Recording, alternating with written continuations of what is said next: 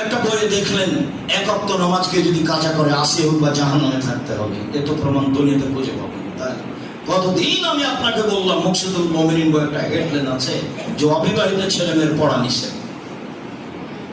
Headline যে দেখে সেই পড়ে, হেডলাইন যে দেখে সেই পড়ে। কি রে কি লেখা আছে অবিবাহিত ছেলে মেয়ের পড়া নিষেধ কেন? এখন দেখা যাচ্ছে পড়ার পরে দেখা যাচ্ছে যে ভরা পেটে স্ত্রী মিলন হলে ছেলে টেরা হয়, সফরের পূর্বে স্ত্রী মিলন হলে ছেলে কানা হয়, চন্দ্র সূর্য গ্রহণে স্ত্রী মিলন হলে ছেলে ল্যাংড়া হয়। এগুলো কথা লেখা আছে। আল্লাহ বলছেন পৃথিবীর মানুষ তোমাদের স্ত্রী তোমাদের জমি, তোমাদের স্ত্রী তোমাদের ক্ষেত। তোমরা তোমাদের স্ত্রীর কাছে আসো তোমাদের ইচ্ছে মতো, সকালে কি, বিকেলে কি, দুপুরে কি, খাওয়ার আগেই কি, খাওয়ার পরেই কি, সফরের পূর্বে কি, জন্মগ্রহণ লাগলে কি আর না লাগলে কি। এই তো অবস্থায় বেঁচে থাকতে হবে, তা আল্লাহ বলেছেন। অতএব আল্লাহর কথা যেটা, রাসূলের কথা যেটা, সেটাকে প্রাণ করে মানার চেষ্টা করবো মর্মে। আসসালাতু ওয়াসসালামু আলা মান লা নবিয়্যা বা'দা। তখন তো আমরা বুঝলাম যে সিজদাই সবচেয়ে আল্লাহর কাছে হওয়া যায়। আমরা বুঝলাম যে রাসূল আদেশ করলেন বেশি বেশি দোয়া কবুল হয় সিজদায়, অসল তোমরা বেশি বেশি দোয়া পড়ো। আবার এটাও বুঝলাম যে সিজদায় কোরআন মাজিদ পড়তে পাবো না। রব্বানা আতিনা ফিদ দুনিয়া হাসানাতাও ওয়া ফিল আখিরাতি হাসানাতাও ওয়া কিনা আযাবান নার বলতে পাবো। তবে হাদিসে যখন এটা এসেছে তখন এসেছে আল্লাহুম্মা রব্বানা আতিনা ফিদ দুনিয়া হাসানাতাও ওয়া ফিল আখিরাতি হাসানাতাও ওয়া কিনা আযাবান নার। আল্লাহুম্মা লাগালে অন্তত এই দোয়াটা কোরআন মাজিদে থাকলো না। হাদিসে মুসলিমে এভাবে এসেছে। বাকিগুলো যে আল্লাহুম্মা লাগিয়ে দিয়ে জায়েজ হয়ে যাবে এই কথা না। কোরআন মাজিদ পড়া নিষেধ নিষেধ। যে কোনো আয়াতের সারমর্ম খুব ভালো লাগছে কাজে আমি পড়ি, এই সুযোগ নেই। কি করতে হবে? তো গত জুমা থেকে দু একটা নিয়ে এসে ধারাবাহিক দেখায়। এক, আয়েশা রাদিয়াল্লাহু তাআলা আনহা বলেন কানা নবী সাল্লাল্লাহু আলাইহি ওয়াসাল্লাম ইকসিরু ইয়াকুলু ফি রুকুই ওয়া সুজুদিহি সুবহানাকা আল্লাহুম্মা রাব্বানা ওয়া বিহামদিকা আল্লাহুম্মা ইগফিরলি। আল্লাহর নবী রুকু এবং সিজদায় বেশি বেশি বলতেন, হে আল্লাহ তোমার প্রশংসা সহকারে তোমার পবিত্রতা বর্ণনা করছে, তুমি আমাকে ক্ষমা করো। যার যতবার সম্ভব। 3-এর বর্ণনা ঠিক নাই, 5-এর বর্ণনা ঠিক নাই, 10-এর বর্ণনা ঠিক নাই, সংখ্যা নামে কোনো বর্ণনা ঠিক নাই। যার যতবার সম্ভব। তাতে আমরা গত জুমায় রুকুর ব্যাপারে একটা হাদিস পেয়েছি যে আল্লাহ রাসূল থেকে গেলেন অনুমান সূরা বাকারা পড়ার সময়। তাতে তিনি বলছিলেন সুবহানা জিল জাবরুতি ওয়াল মালাকুতি ওয়াল কিবরি ওয়াল আজমা, এই দোয়া পড়ছিলেন। তাতে আমরা ওখানে বুঝতে পেরেছি যে মানুষ সিজদায় থেকে যাবে তার গতিবিধি অনুযায়ী। যখন ইমামের পিছনে আছে তখন তো স্বাধীন নয়, ইমাম যা করছে সেটাই। কিন্তু ব্যক্তিগতভাবে যখন সালাত আদায় করবে কেউ, তখন রুকুতে গিয়ে কয়বার বলবে এই দোয়া তার কাছে তার হিসাব, সিজদায় গিয়ে কতবার বলবে এটা তার হিসাব তার কাছে আছে। আয়েশা রাদিয়াল্লাহু তাআলা আনহা বলেন কানা নবী সাল্লাল্লাহু আলাইহি ওয়াসাল্লাম ইয়াকুলু ফি রুকুই ওয়া সুজুদিহি, আল্লাহ নবী রুকু এবং সিজদায় বলতেন সুবহান কুদ্দুসুন রব্বুল মালাইকাতুর রূহ, তিনি পবিত্র, তিনি ভৌতিক পবিত্র, তিনি ফেরেশতার প্রতিপালক, তিনি জিবরাইলের প্রতিপালক। আপনার মতো বলতে থাকেন। হাদিসে এসেছে আল্লাহ রাসূল সিজদায় কান্নাকাটি করতেন। আপনি আপনার মতো বলবেন তাহলে আপনাকে ভালো লাগবে। অন্য এক বর্ণনায় এসেছে যে হুযায়ফা রাদিয়াল্লাহু তাআলা আনহু বলেন কানা নবী সাল্লাল্লাহু আলাইহি ওয়াসাল্লাম ইয়াকুলু ফি রুকুই সুবহান রাব্বিল আযীম ওয়া কানা ইয়াকুলু ফি সুজুদিহি সুবহান রাব্বিল আ'লা। তিনি রুকুতে বলতেন সুবহান রাব্বিল আযীম আর সিজদায় বলতেন সুবহান রাব্বিল আ'লা। আপনি বলতে পারেন এই দুটাই দোয়া, তবে 3 বার নয়। আপনার যেভাবে কুলাই সেভাবে আপনি বলবেন, 2 বার, 5 বার, 10 বার, 50 বার। বারের কোনো হাদিস ঠিক নেই, এটা আপনাকে মনে রাখতে হবে। আবু হুরায়রা রাদিয়াল্লাহু তাআলা আনহু বলেন কানা নবী সাল্লাল্লাহু আলাইহি ওয়াসাল্লাম ইয়াকুলু ফি সুজুদিহি, রাসূল সাল্লাল্লাহু আলাইহি ওয়াসাল্লাম সিজদায় বলতেন, আল্লাহ রাসূল তার সিজদায় বলতেন আল্লাহুম্মা ইগফিরলি যামবি কুল্লাহু, হে আল্লাহ তুমি আমার সব পাপ ক্ষমা করে দাও। দিক্কাহু ও জিল্লাহু, ছোট ও বড়, ওয়া আউয়ালাহু ওয়া আখিরাহু, আগের ও পরে, ওয়ালা নিয়াতাহু ওয়া সিররা, গোপন ও প্রকাশ্য। গোপন পাপ, প্রকাশ্যের পাপ, আগের পাপ, পরের পাপ, ছোট পাপ, বড় পাপ, জীবনে যত পাপ করেছি সব ক্ষমা করে দাও। এই কথা রাসূল সাল্লাল্লাহু আলাইহি ওয়াসাল্লাম বলতেন। যেভাবে আপনার সহজ হয় আপনি বলতে থাকবেন, যতবার আপনার সহজ হয়। আয়েশা রাদিয়াল্লাহু তাআলা আনহা বলেন, ফাকাততু রাসূলুল্লাহ সাল্লাল্লাহু আলাইহি ওয়াসাল্লাম লাইলাতান মিনাল ফিরাসে, একদা আমি রাসূলকে দেখি বিছানায় নেই। রাসূল সাল্লাল্লাহু আলাইহি ওয়াসাল্লাম স্ত্রীদের সাথেই থাকতেন। তো বিবরণ বেশি পাওয়া যায় যেগুলো আয়েশার সাথে রয়েছে। হয়তোবা খুব বেশি সতর্ক থাকতেন আয়েশা, মানে তিনি উঠে গেলেন কোথায়, ঘটনা কি, ওরকমটা একটা বর্ণনা আছে মুসলিমে, আপনি জানেন। এরকম ভাবে আয়েশা রাদিয়াল্লাহু আনহা দেখছেন কি ব্যাপার, বিছানে নেই, তার কোন স্ত্রীর কাছে গেছেন, দেখি কোথায় গেলেন। তো উঠলেন, উঠে কোথায় যেতে পারেন। তো উনি আসলে বলছেন যে আমি এটা বুঝলাম কেন, তিনি যখন উঠলেন তো ধীরে ধীরে দেখলাম কাপড় চোপড় নিলেন। আমি কিন্তু ঘুমিয়ে নাই, আমি ভান করে ঘুমিয়ে আছি। আসলে আমি দেখবো তিনি কি করেন, এই জন্য আমি ঘুমের ভান করে আছি, আসলে আমি ঘুমাইনি। তো ধীরে ধীরে কাপড় চোপড় নিলেন, সব কিছু নিলেন, ধীরে দরজার বন্ধ করে চলে গেলেন। তা আমিও কাপড় চোপড় নিলাম। এই কথা বলে আপনাকে কি বলতে চেয়েছি, সময়ের গতিতে আপনি জানেন মুহাম্মদ সাল্লাল্লাহু আলাইহি ওয়াসাল্লাম গায়েব জানতেন না। বউ পাশে ভান করে ঘুমিয়ে আছেন, তিনি বুঝতে পারেন। আয়েশা রাদিয়াল্লাহু তাআলা আনহা পাশে ভান করে ঘুমিয়ে আছেন, তিনি জানতে পারলেন না, পৃথিবীর সবচেয়ে বড় মানুষ। আপনি কি করে বলতে পারেন যে মুহাম্মদ সাল্লাল্লাহু আলাইহি ওয়াসাল্লাম গায়েব জানতেন? ধর্ম আপনার কাছে এরকম হলো কেন? ধর্ম কেন আপনার কাছে পীর সাহেবের যেটা গতিবিধি সেটা আপনার কাছে আশ্রয় হলো? ধর্ম তো একজনের কথা দিয়ে চলে, যার নাম মুহাম্মদ সাল্লাল্লাহু আলাইহি ওয়াসাল্লাম। এখানে তিনি যা বললেন সেটাই চূড়ান্ত। আমি ভান করে ঘুমিয়ে আছি, তিনি বের হয়ে চলে গেলেন। আমিও কাপড় চোপড় নিলাম রাতের অন্ধকারে, তিনি মাথায় কাপড় দিলেন। আমি তো তিনি বোনকে বলতে চাই, 5 জন ভাইসে গেছে, বোন নেই, গায়ে কাপড় নেই, সেজন্য আপনি আপনার চরিত্রটা হারিয়ে দিবেন না। পৃথিবীর উপরে মাত্র 2 জন মুসলমান, ইব্রাহিম আলাইহিস সালাম তার স্ত্রী। সারা পৃথিবী জুড়ে যদি একজন মহিলা দুনিয়া চলে, তা আপনার এখানে ইতস্তবোধের কি আছে যে সবাই ভেসে গেছে, সবাই উলঙ্গ হয়ে আছে মহিলারা, আমি আবার একা কাপড় পরে কি হবে? এই কথা আপনি বলে ভেসে বেড়াচ্ছেন কেন? বললেন আপনি ভেসে গেলেন কেন? আল্লাহ রাসূল বলেছেন, ইয়াতাহারাজুনা তাহারাজাল হিমারে, গাধা যেমন গাধীর সাথে মিলে লজ্জা বোঝে না, ষাঁড় যেমন গাভীর সাথে মিলে লজ্জা জানে না, মানুষ তেমন খোলা মাঠে জেনা করবে, লজ্জা করবে না। এই কথা মুহাম্মদ সাল্লাল্লাহু আলাইহি সাল্লাম বলেন। একজন পুরুষের অধীনে 50 জন নারী, হাজারো জন নারী ছুটবে, এই কথা রাসূল সাল্লাল্লাহু আলাইহি সাল্লাম বলেন। এরপরেও আপনার নিরাশা কি আছে? ঢাকা শহরে এমনও মহিলা রয়েছে যার বোরকা, ভিতরের কাপড়, যেটা কামিজ, যেটা পায়জামা, অন্য কেউ দেখে নিলে ওটা আর পরবে না, জ্বালিয়ে দিবে আগুন দিয়ে। এইরকম মহিলা ঢাকাতে আছে। আপনি নিরাশা হন কেন? নিরাশা হওয়ার কি আছে? আয়েশা রাদিয়াল্লাহু তাআলা আনহা বলেন, ফালতামাসতুহু, আমি খুঁজছি, পাই না। দেখলাম ফাওয়াজাত ইয়াদি আলা বাতনি কাদামাইহি, রাতের অন্ধকারে খুঁজছিলাম, খুঁজতে খুঁজতে আমার হাতটা তার 2 পায়ের গোড়ালির উপরে গিয়ে পড়লো। ওয়াফিল মসজিদ, তখন দেখি তিনি মসজিদে আছেন বা সিজদায় আছেন। হুমা মানসুবাতানি, আর পা দুটি খাড়া হয়ে আছে।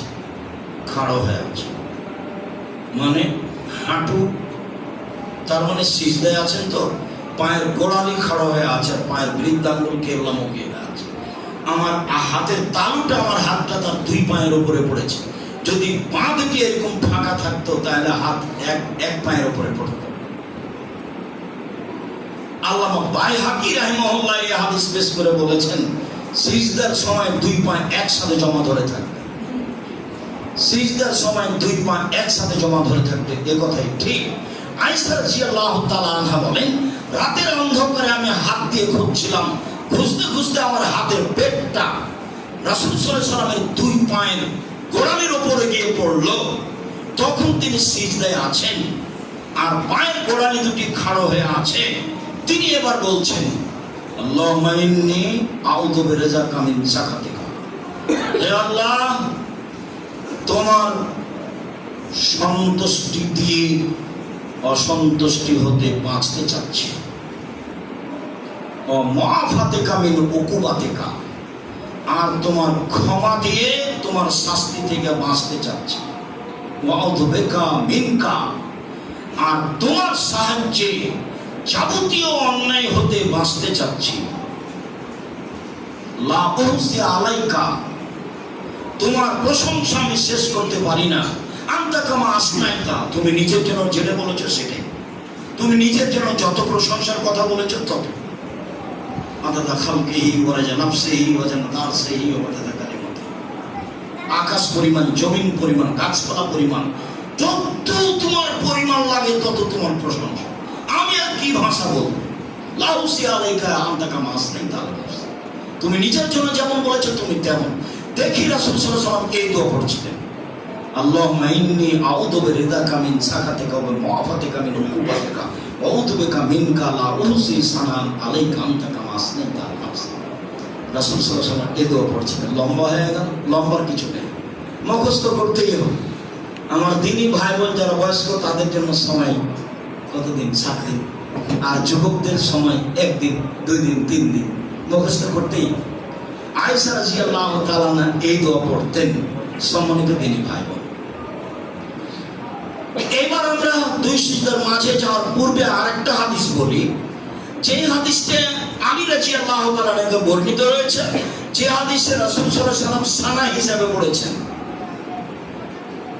সাজাদা ওয়াজহিল্লাযী খালাকাহু ফাতারাস সামাওয়াতি ওয়াল আরদ, সে আল্লাহর প্রশংসা করি যে আল্লাহ আকাশ জমিনকে সৃষ্টি করেছেন। তারপরে শেষ অংশে গিয়ে রাসূল সাল্লাল্লাহু আলাইহি সাল্লাম বলছেন, আল্লাহুম্মা লাকা সাজাদতু, হে আল্লাহ তোমার জন্যই সিজদা করলাম। অবিকা আমান্ত, তোমাকেই মেনে নিয়েছি। ওয়ালাকা আসলামতু, তোমার নিকটেই নিজেকে সমর্পণ করলাম। ওয়াজ্জাহতু ওয়াজহিয়া, আমি আমার মুখমণ্ডলকে তোমার জন্যই সমর্পণ করেছি। সেই সত্তার জন্য করেছি, আল্লাযী খালাকাহু, যে মুখমণ্ডলকে সৃষ্টি করেছে, ওয়াসাওয়ারাহু, যে তাকে আকৃতি দিয়েছে, ওয়াসাক্কা সামাহু ওয়া বাসারাহু, যে এখানে শোনার ক্ষমতা এবং দেখার ক্ষমতা দিয়েছে, তার জন্যই আত্মসমর্পণ করলাম, তার জন্যই সিজদা করলাম। তাবারাকা তাআলা, তুমি সর্বোচ্চ মর্যাদার অধিকারী, আহসানুল খালিকিন, তুমি উত্তম সৃষ্টিকর্তা। এইগুলি রাসূল সাল্লাল্লাহু আলাইহি ওয়াসাল্লাম সিজদায় বলছেন।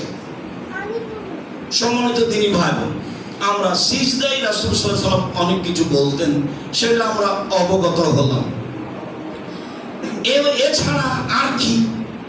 তো যেহেতু বেশি বেশি দোয়া কবুল হয়, কোরআন মাজিদ পড়া নিষেধ, তাহলে কি বলতে পারি? বলেন, আল্লাহুম্মা ইন্নাকা আফুউন তুহিব্বুল আফওয়া ফা'ফু আন্নী, হে আল্লাহ তুমি ক্ষমাশীল, ক্ষমাকে ভালোবাসো, আমাকে ক্ষমা করো। যেহেতু তুমি ক্ষমাশীল, যেহেতু তুমি ক্ষমাকে ভালোবাসো, তা আমাকে ক্ষমা করো। বলেন, আল্লাহুম্মা ইন্নাকা আফুউন তুহিব্বুল আফওয়া ফা'ফু আন্নী, আল্লাহুম্মা ইন্নী আসআলুকাল হুদা ওয়াত তাকা ওয়াল আফাফা ওয়াল গিনা। তোমার কাছে চাই হেদায়েত, তোমার কাছে চাই পরহেজগারিতা, তাকওয়া। কত যে পাপ থেকে বাঁচার জন্য চেষ্টা করছি, জীবন বাজি রেখে আদর সাহেবের কথা শুনে কত তওবা তিল্লা করলাম, তারপরে কদিন পরে দেখি সে পাপ করছি, কদিন পরে দেখি ঠিকই সিগারেট খাচ্ছি, কদিন পরে দেখি ঠিকই জর্দা খাচ্ছি, আর কদিন পরে দেখি ওই মেয়েটার সাথে আবারও কথা বলছি। কত যে তওবা করলাম আর কত যে কান্নাকাটি করলাম। তা আমি আপনাকে কি পরামর্শ দিতে পারি? একটা তো পরামর্শ থাকলো যে রাতে উঠে কিছু বলা, আর একটা থাকলো সবচেয়ে কাছে হয়ে গেছে আল্লাহ, তখন একটু বলি না, আল্লাহুম্মা ইন্নী আসআলুকাল হুদা ওয়াত তাকা ওয়াল আফাফা ওয়াল গিনা। তুমি পরহেজগারিতা দাও তো আমাকে, তাকওয়া দাও, কারোর প্রতি যেন আমাকে নির্ভর করা না লাগে সেটা দাও, আমাকে আত্মসংযমী হয়ে যেন আমি থাকতে পারি, এই তৌফিক তুমি দাও। আর এমনিতে আপনি হাত তুলে দোয়া করার সময় বলবেন, তুমি আমাকে ক্ষমা ভিক্ষা দাও, ইজ্জত ভিক্ষা দাও, তাকওয়া ভিক্ষা দাও। তাকওয়া ছাড়া আপনি এটা টিকতে পারবেন না, খুব কঠিন। আর লজ্জা ছাড়া ইমান টিকবে না, তাকওয়া ছাড়া এগুলো টিকবে না। পাপ হচ্ছে কেন? আমি তো চাচ্ছি যে পাপ করবো না, তারপরে হয়ে যাচ্ছে কেন? মানে আমি টিকতে পারছি না। তো যতক্ষণ পর্যন্ত তার পক্ষ থেকে তাকওয়া, আল্লাহ থেকে, পাপ থেকে বেঁচে থাকা এরকম গতি না আসবে, ততক্ষণ পর্যন্ত আমি আর আপনি টিকতে পারবো। রাসূল সাল্লাল্লাহু আলাইহি ওয়াসাল্লামের ওই কথাটা আপনাকে আমি বলেছি, যখন একজন সাহাবী বললেন, আল্লাহর নবী, আমার স্ত্রীকে অন্যের সাথে যদি অন্যায় অশ্লীল কাজ করতে দেখি তাহলে আমি কি করব? তখন আল্লাহ রাসূল বলছেন, তুমি প্রমাণ পেশ করবে, চারজন প্রমাণ, নইলে তোমার লাঠি। তখন বলছেন যে আল্লাহ রাসূল বলেন কি? ওই সময় আমি প্রমাণ খুঁজতে যাব, ওকে আগে আমি মারবো তারপরে বলবো। এটা সাহাবী বললেন, ওই সময় আমি প্রমাণ কোথায় খুঁজতে যাব? ওকে আমি মারবো তারপরে কোনো কথা? তখন আল্লাহ রাসূল বলছেন, দেখছো তোমরা আবু সাঈদ খুদরির কত আত্মমর্যাদা, তার আত্মমর্যাদায় ব্যাঘাত ঘটেছে। তার স্ত্রী অন্যের সাথে অন্যায় করছে, তার আত্মমর্যাদায় ব্যাঘাত ঘটেছে, সে তাকে মারবে। শুনে রেখো, আবু সাঈদ খুদরির আত্মমর্যাদায় যত ব্যাঘাত ঘটেছে, এরকম কাজ দেখলে আমার আত্মমর্যাদায় তার চেয়ে হাজারো গুণ বেশি ব্যাঘাত ঘটে। আর আমার আত্মমর্যাদাতে এরকম কাজ দেখলে যত ব্যাঘাত ঘটে, আল্লাহর আত্মমর্যাদায় তার চেয়ে হাজারো গুণ বেশি ব্যাঘাত ঘটে। তাহলে আল্লাহ কত অসন্তুষ্ট হন। অথচ আমি আর আপনি চেষ্টা করছি অশ্লীল কাজ থেকে বেঁচে থাকার, কিন্তু সফল হতে পারছি না। কি পরামর্শ দিতে পারি? পরামর্শ এটাই, যেহেতু এখন সবচেয়ে কাছে, কাজে এখন বলি যে আল্লাহুম্মা আসআলুকাল হুদা ওয়াত তাকা ওয়াল আফাফা ওয়াল গিনা। আল্লাহ সালাম ফেরার পরে আবার সিজদায় বলি যে তুমি আমাকে তাকওয়া ভিক্ষা দাও, ইজ্জত ভিক্ষা দাও, ক্ষমা ভিক্ষা দাও, তাকওয়া ভিক্ষা দাও। তুমি সর্বশক্তিমান, তুমি আজিজ, তুমি পরাক্রমশালী, তুমি সবকিছু করতে পারো, তোমাকে আমি বিশ্বাস করি। দিনকে যেমন দিন বলি, রাত বলি না, রাতকে যেমন দিন বলি না, এইটা যেমন বিশ্বাস করি তোমাকে, তেমনি বিশ্বাস করি তুমি সর্বশক্তিমান। তুমি আমাকে ফিরিয়ে দিও না, তুমি আমাকে তাকওয়া দাও। আপনি আপনার মতো করে মানুষ হিসাবে খুব চাপ দিয়ে বলতে থাকেন, খুব চাপ দিয়ে বলতে থাকেন। সকাল যেন হয় না, সকাল হওয়ার আগে আগে আমাকে তাকওয়া ভিক্ষা দিতে হবে। তাকওয়া ভিক্ষা নিয়ে সকাল করবো, তার আগে সকাল হতে রাজি নয়, সকাল করতে রাজি। যেভাবে আপনার কুলাই মানুষ হিসেবে সেভাবে বলেন, আশা করছি এক পর্যায়ে আপনি ফল ভোগ করবেন ইনশাআল্লাহ। যেহেতু চাইলে তাকদীর পরিবর্তন হয়ে যায়, এটা হাদিসে এসেছে। পৃথিবীর সৃষ্টি 50,000 বছর পূর্বে যেটা লেখা হয়েছে, আপনার দোয়ার কারণে সেটা কেটে আল্লাহ আরেকটা লিখে দেবেন, এই কথা রাসূল সাল্লাল্লাহু আলাইহি ওয়াসাল্লাম। তাহলে এখন সবচেয়ে নিকটে হয়েছে এই সময়ে, আর সবচেয়ে বেশি কথা বলবো এই সময়ে।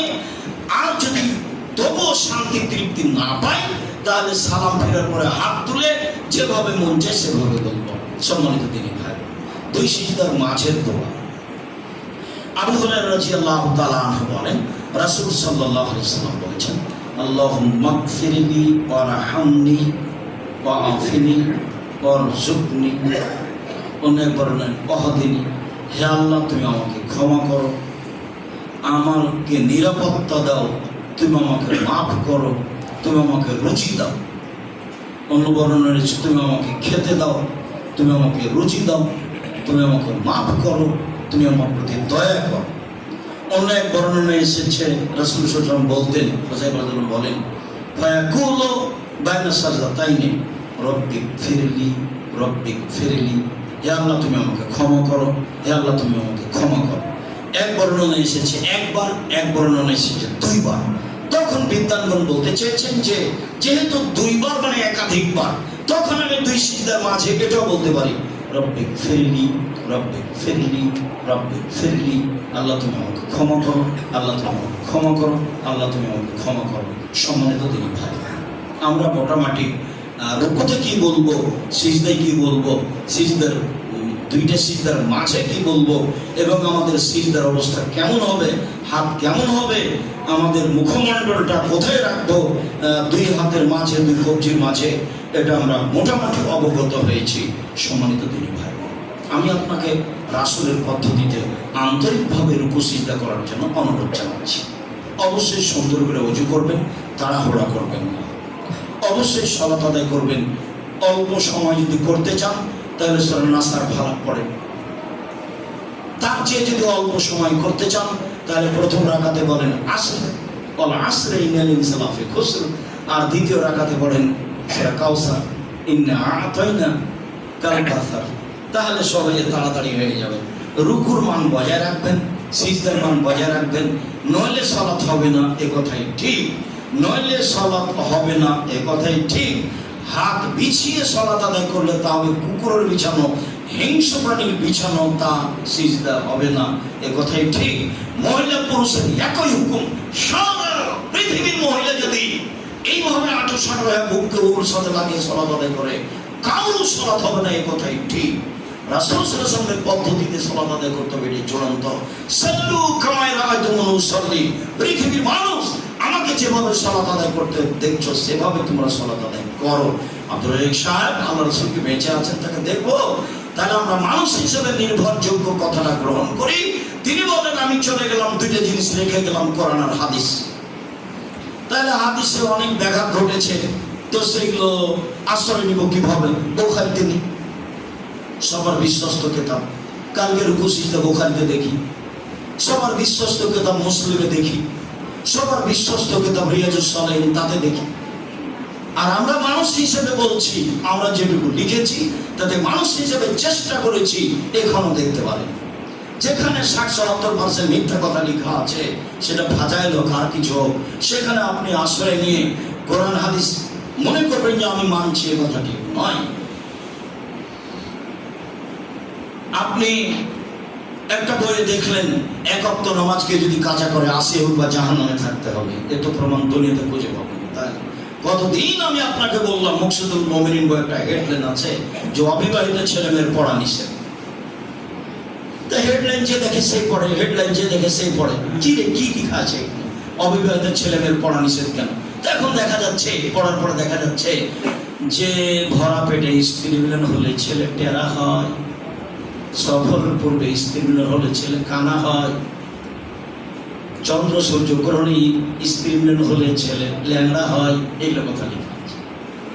আল্লাহ বলছেন নিসাউকুম হারসুল লাকুম ফাতু হাসাবু মা শাইতুম, পৃথিবীর মানুষ তোমাদের স্ত্রী তোমাদের জমি, তোমাদের স্ত্রী তোমাদের ক্ষেত, তোমরা তোমাদের স্ত্রীর কাছে আসো তোমাদের ইচ্ছে মতো।